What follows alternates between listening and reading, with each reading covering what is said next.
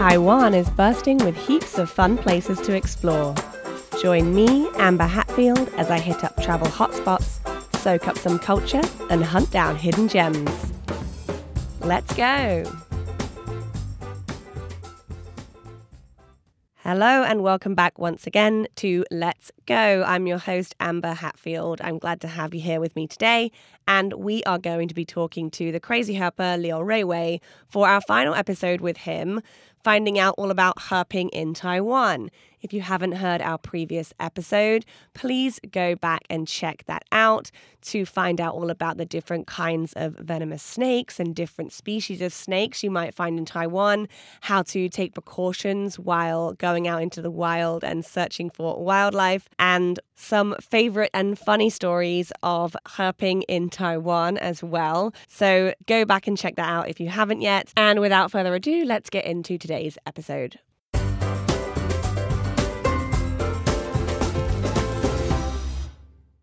Did you ever try and share herping with other family members or anything like that? I mean, in my family, I think they are kind of traditional. Okay. Because when I study in NTU, there are so many like concerts from all over the world. Uh-huh. Like, my best friend is a Indonesian. Okay. So even not a Taiwanese. So I think my moods is kind more Western. I have a Western mindset. So I think I'll show sometimes I will show white snakes for my family at first, and they would just feel like, oh, it was just so dangerous. The snake might be venomous. Yes, it is venomous, but it's not scary if you handle it gently. Not handling, just treat it gently and photograph. It's not dangerous. Uh-huh. But I think maybe my family will feel like it was dangerous for me. Mm-hmm. But I think they still support me. So I'm not going to share all venomous snake. I find they were going crazy, like 700 of vipers a years. How many chance you will get bitten? They will think that. But I think my family is still support me doing this thing. That's good. Yeah. Good.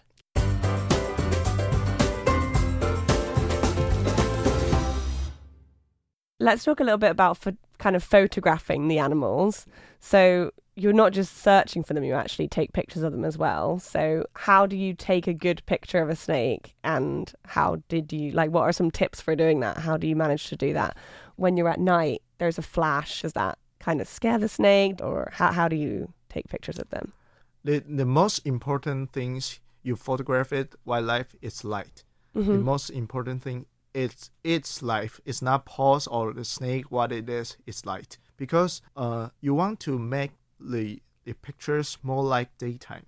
Mm-hmm. So you use the diffuser. You use flash, and you use diffuser to spread the light out, just like daytime. And you can, if you have a nice diffuser or a huge diffuser can imitate the light just like daytime, you would take a good photo. And it was a first priority of photograph it at night. Are there any tips about how to photograph them? I think before you talked a little bit about certain people wanting to get the snake in a certain position. Do you do that, or do you just kind of photograph the snake however you find it? Yeah, because I have been herping for a long time. So for me, if I find a common species, it's not rare species, I will take an in situ photo. In situ photo is not. I think few people knows what in situ is. It's like you photograph it, the snake just right the position it call it in situ, and many herpers from outside of Taiwan took this kind of photo, in situ photo, because if you say it is in situ photo, and herpers will know how the animals really behavior in the wild. So I love to take in situ photos in all snakes. Like even if it's so hard to to photograph it, it just show up a tail.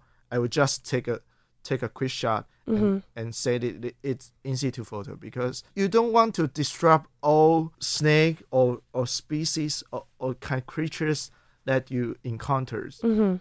Like many times, when I was herping on the trail, I even don't touch any snake, just all in situ photo. Oh, take a shot, like that. And the light, yes, the lights will a little bit disrupt the snake. But if you're not doing the continual light, just like when I photograph, I will turn my lights darker, and I think it's better for snake.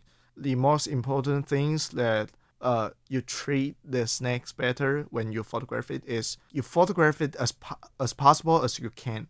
Like you anyways in any ways, like Singaporean they cover a towel on the snake, and the snake will crawl in the middle. The whole things they do will take about 10 minutes, and 10 minutes is a quick shot, a really quick shot for snake.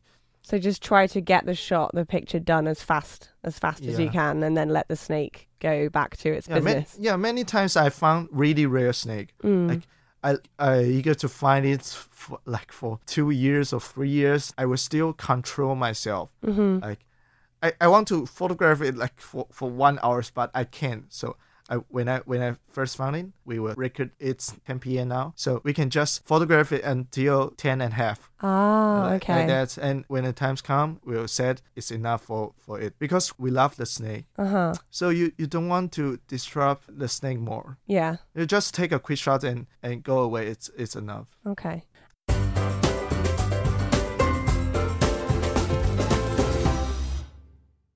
And if someone wanted to start herping in Taiwan, are there any things that you'd recommend, or how people can get started with starting herping?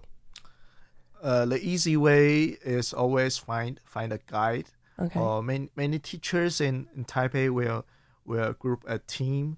Yeah, they charge the fee because it's their job. I have many friends doing this kind of guide, and they will do a overall introduction about herping and find some interesting animals for you. It costs about 500 NTD a night, about that. So I think if for first time you want to try herping, you can start it in this way. But if you feel like you love herping, you can try your find some friends you can herping with you. If you are in college, you can find some group or team. You could just go herping.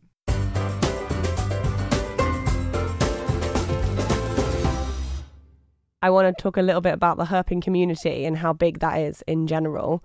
So how many people are herping in Taiwan, and is it like a common kind of hobby? It's not a huge community. It's like about 300 to 500 people only doing herping, and most of them maybe doing herping once or twice a year. So it's quite a small group. But many people in the herping circles, they're not doing herping. Like there's a Facebook group called Snake of Taiwan. It's 野生蛇像 in Chinese, and people will share the snake photo they find in the wild. They kind of share, and there's many thumbs and likes, and they love the feeling of share snake like that. So many people in these herping circles will learn and share photos on the Facebook group, and the Facebook group is getting bigger and bigger.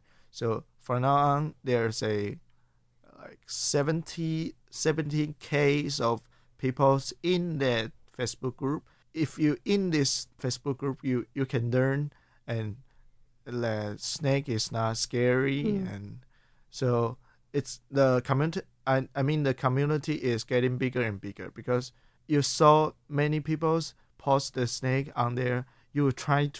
Many people will try to find the snakes, and when they will find a guide or try to herping in some certain area. Yeah. like that. But no one's as crazy as you. Yeah, Herping yeah, like I'm 2 times a week. Yeah. Yeah, I mean, if Taiwan have top 10 crazy herpers, I would be the top 5. Wow. Yeah, so I love herping so much.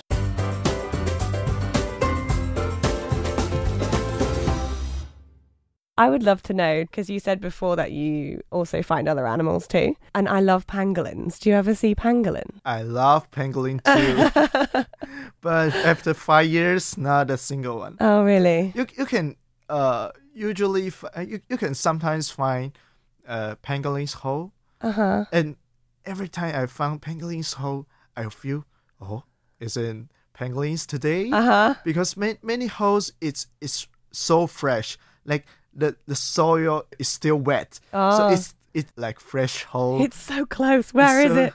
Yeah, where is it? I still can't find it. Oh, I would love to see a pangolin in the wild. Ever since I saw a pangolin in like a pangolin sanctuary when I was in Vietnam, and I just fell in love with pangolins. I think they're so cute, and I'd really love to see one in the wild, but never seen one. Yeah, the species in Vietnam is different from the Taiwan's pangolin. The tail is longer, and it's cool too. Yeah, I even saw on some Facebook groups, I've seen people kind of run into a pangolin on the side of the road, and they take a video like of this pangolin on the side of the road.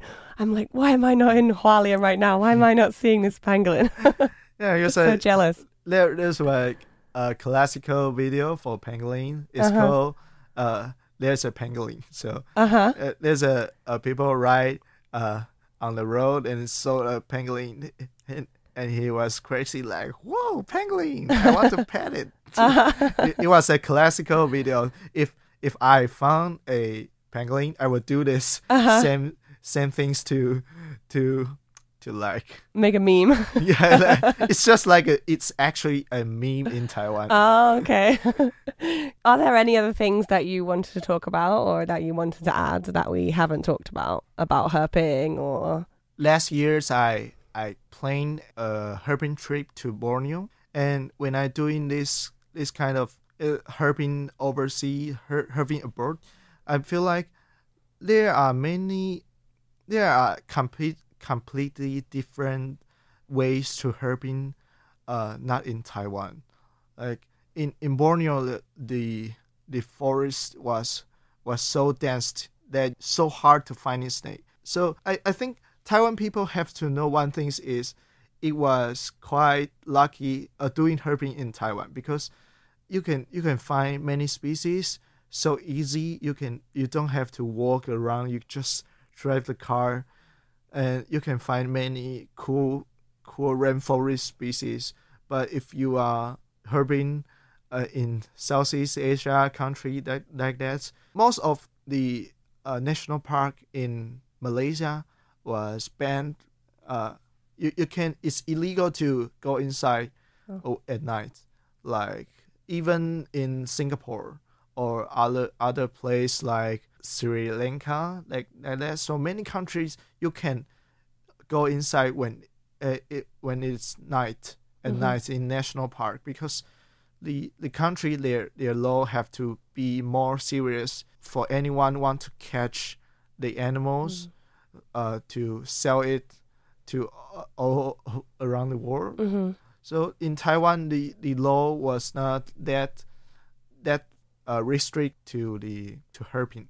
So it's quite nice to herping in Taiwan. But I was still want to try to herping in more country, because there's still many holy grail in Southeast Asia or Australia, Costa Rica, America, like that. The herping style I mentioned, it was completely different from foreigners, because I love to help foreigners herping in Taiwan. I have been a free guide for like 7 or 8 times, all in English. One thing is I can practice my English as well. And the two things is I love to help them because I've been to Borneo and I know the mood you want to find rare snake aboard, just because it's not the everyday place you can go. So you definitely want to find all species, as many species as you can in Taiwan, and I would love to help them doing these things. Awesome. Just like I want to make more friends all around the world, so I could go there and they would love to help me too. Yeah, like Singapore and Japan and like Europe friends and American friends. They would love to help me too. Yeah. So if you want to make more friends, anyone can check out your Instagram, right? What's your Instagram? Yeah, my Instagram called Shaway Herping. Okay. SHAWAY-herping. Yeah. So if anyone wants to check it out and make friends, then you can do that. Well, thank you so much for making the time to come and talk to me today. It's been really interesting. Thank you so much. Yeah, thank you.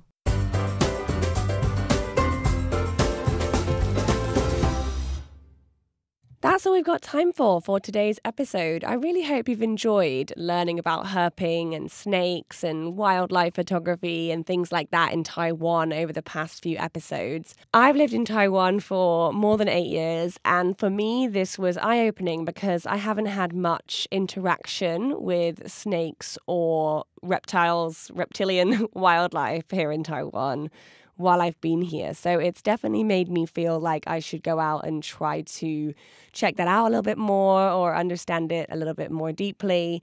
It's been really great knowing about the different species and the different places where I can find out information about wildlife here in Taiwan as well. So thank you so much for Liu Rei Wei for coming in and sharing all his knowledge with me for the past few episodes. And if you're interested in checking out his Instagram, I will link that in the show description on our RTI website. And I will see you next week. Did you enjoy our program? Do you have any questions or feedback on what you just heard? Email us at rti@rti.org.tw. That's rti@rti.org.tw. And we will respond to all of your comments. We look forward to hearing from you.